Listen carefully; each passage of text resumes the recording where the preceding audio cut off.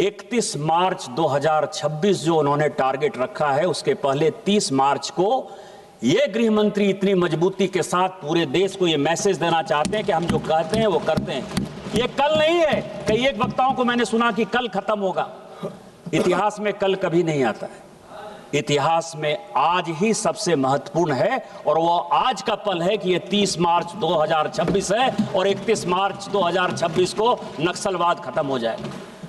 मैं उस परिवार का लड़का हूं सभापति महोदय, जिसके दादा जो है नक्सलवाद की भेंट चढ़ गए। आज भी उनकी लाश नहीं मिली।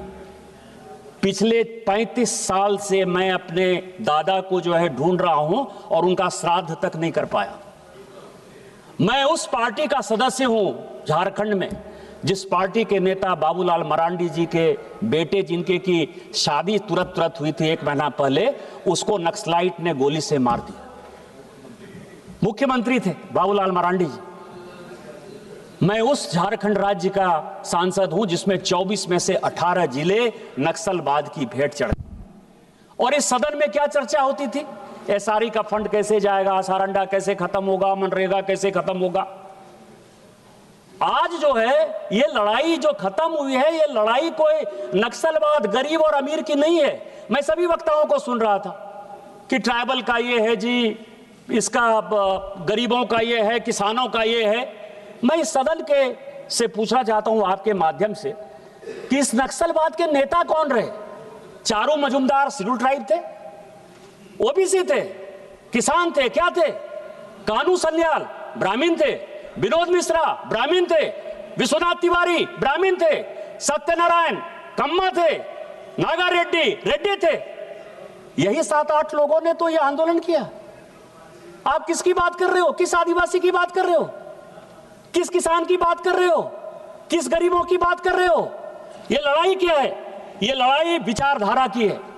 और ये विचारधारा की लड़ाई 1 अप्रैल 1949 को जवाहरलाल नेहरू जी ने सभी मुख्यमंत्रियों को पत्र लिखा। 1 अप्रैल 1949, आज 30 मार्च है, 1 अप्रैल 1949।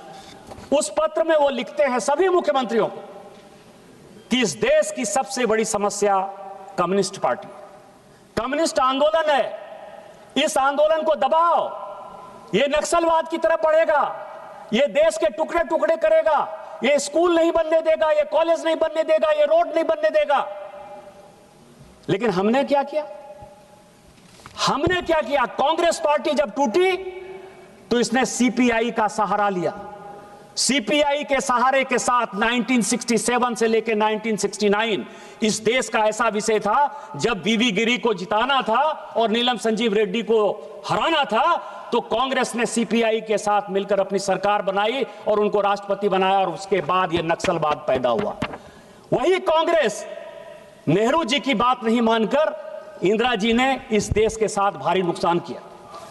और क्या हुआ मैं आपको बताऊं कि सबसे पहला काम, आदिवासियों का सबसे बड़ा अधिकार जो कांग्रेस ने खत्म किया, आर्टिकल 339 इस संविधान में लिखा हुआ है कि शेड्यूल 5, शेड्यूल 6 के जो जिले हैं, जो आदिवासी बाहुल्य जिले हैं, उसका पूरा का पूरा जो डेवलपमेंट का मॉडल है वो भारत सरकार अपने हाथ से बनाएगी।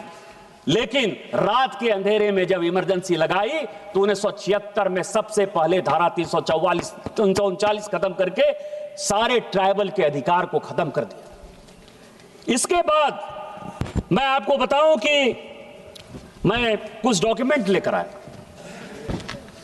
जब नक्सलवाड़ी में डेवलप हुआ और उसने हत्या का काम चालू किया, तो चीन के रेडियो ने जून 1967 में कहा कि ये काम सबसे बढ़िया है और हम भारत को जो है ये सारे नक्सलवादी गतिविधियों के लिए मदद करेंगे।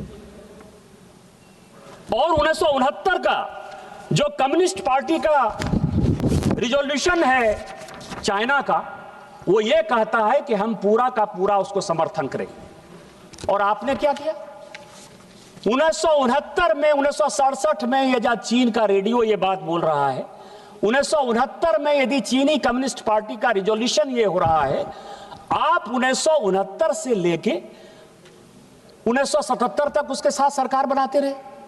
हम भारतीय जनता पार्टी के कार्यकर्ता हैं, हम राष्ट्रीय स्वयंसेवक संघ के कार्यकर्ता हैं। हमारे लिए ये आइडियोलॉजी है, हम इस आइडियोलॉजी के खिलाफ हैं और आपके लिए ये सत्ता प्राप्ति का केंद्र है। आपने क्या किया? आज भी आप यूपीए सरकार में किसके साथ हैं? उसी कम्युनिस्ट के साथ है जिसने इस देश को तिरुपति से पशुपति तक पूरा कॉरिडोर बना दिया। आज यूपीए में, केरल में जो है आप उसके खिलाफ हैं, केंद्र में सरकार बनाने के लिए यहां है। बंगाल में आप उसके खिलाफ हैं, केंद्र में यहां सरकार बनाने के लिए यहां खिलाफ है। और ये सब डॉक्यूमेंट है।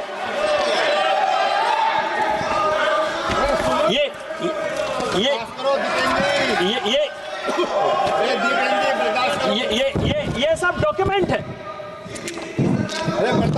ये सब डॉक्यूमेंट है और मैं डॉक्यूमेंट्री प्रूफ के साथ ये सारी बातें कर रहा हूं।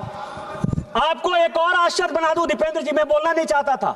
1969 में 15 नक्सलवादी चीन में ट्रेनिंग के लिए गए और वो जब लौट के आए तो 71 में उसमें से 8 लोगों को इसी कम्युनिस्ट पार्टी ने अपना एमएलए का टिकट दिया बंगाल के अंदर, क्योंकि ज्योति बसु का राणा था। क्या बात कर रहे हो? और खोले और खोलना चाहते हो? 1980 के अंदर 35 लोग चीनी कम्युनिस्ट पार्टी के सदस्य होने के लिए गए, उनको ट्रेनिंग दिया गया और उत्तर प्रदेश के चुनाव में, झारखंड के चुनाव में, छत्तीसगढ़ के चुनाव में, बिहार के चुनाव में, बंगाल के चुनाव में उसमें से 5 लोगों को कैंडिडेट बनाया।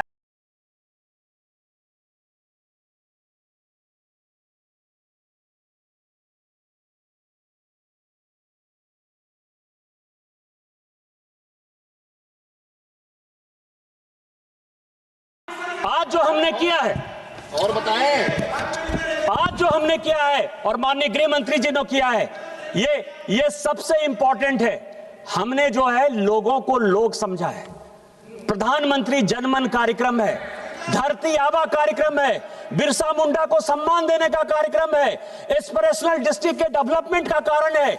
जिस इलाके में, मैं जिस इलाके से आता हूं, जिस इलाके में एक एक्सरे की मशीन नहीं थी, वहां all India institute of medical science है। बस 2 मिनट में खत्म करूंगा। वहां एयरपोर्ट है, वहां आईटीआई है, इंजीनियरिंग कॉलेज है, मेडिकल कॉलेज है। और आज उसी झारखंड में 18 में से एक भी जिला ऐसा नहीं है जो नक्सलवाद प्रभावित है। और यदि राज्य सरकार साथ देती तो आज झारखंड में जो है पूरा का पूरा कंप्लीट नक्सलवाद कल जब खत्म होगा तो बिना उस सरकार के सहयोग के खत्म होगा। इसीलिए मैं आपके माध्यम से, इस सदन के माध्यम से दोबारा माननीय प्रधानमंत्री जी के नेतृत्व में माननीय गृह मंत्री जी को धन्यवाद देना चाहता हूं कि आपने हमारे जैसे लोगों की पीड़ा को समझा। आज मुझे सबसे बड़ी खुशी होगी कि मैं दादाजी का श्राद्ध तो आज तक नहीं कर पाया, लेकिन नक्सलवाद का श्राद्ध करके इस सरकार ने मेरे मन की भावना को मजबूत किया। आपने मुझे मौका दिया। इन्हीं शब्दों के साथ जय हिंद, जय भारत। श्री नामदेव किरसन। धन्यवाद सभापति महोदया। ये विषय जो है, मेरा संसदीय क्षेत्र गढ़चिरौली चिमूर महाराष्ट्र में सबसे प्रभावित क्षेत्र इस समस्या से रहा है। इसलिए थोड़ा मुझे 2 मिनट का वक्त ज़्यादा दे दीजिएगा। ये समस्या ऐसी है कि हम तो बचपन से देखते आ रहे, हमारे करीबी लोग हमने इसमें खोए। होता क्या है,